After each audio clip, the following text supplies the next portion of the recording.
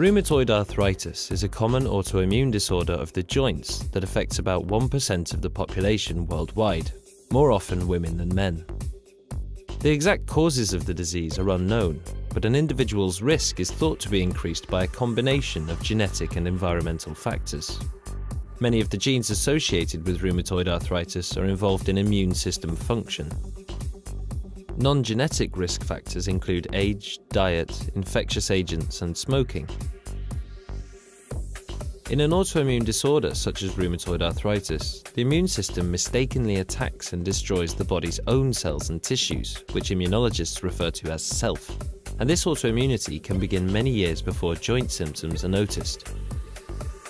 Doctors can use blood tests to identify this preclinical phase by the presence of multiple factors in the blood, such as autoantibodies and inflammatory factors. These early autoantibodies are thought to first develop outside of the joints, possibly in the gut, mouth, or lungs. Environmental factors such as smoking can modify our self-proteins, making them targets for the immune system. One particular modification is called citrullination. When the immune system recognizes these modified self-proteins, it leads to a breach of self-tolerance and the production of autoreactive B cells and autoantibodies, and later autoreactive T cells, the hallmarks of autoimmune disease. By the time that symptoms appear, the immune response has intensified and the antibodies produced target a broader range of self-proteins. But it's only in some patients that this systemic autoimmunity progresses to joint inflammation, which is possibly triggered by an increase in joint permeability and increased access to antibodies. Working out how to prevent this progression is a major goal for scientists.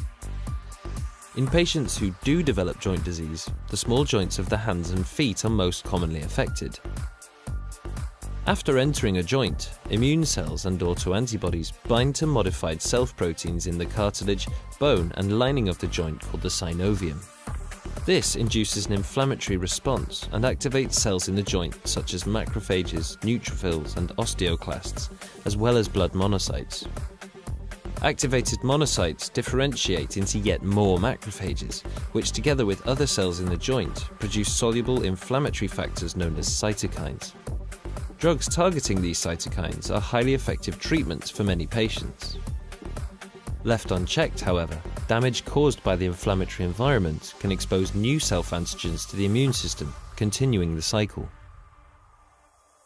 At this stage, the first clinical symptoms of joint pain, swelling, and warmth appear.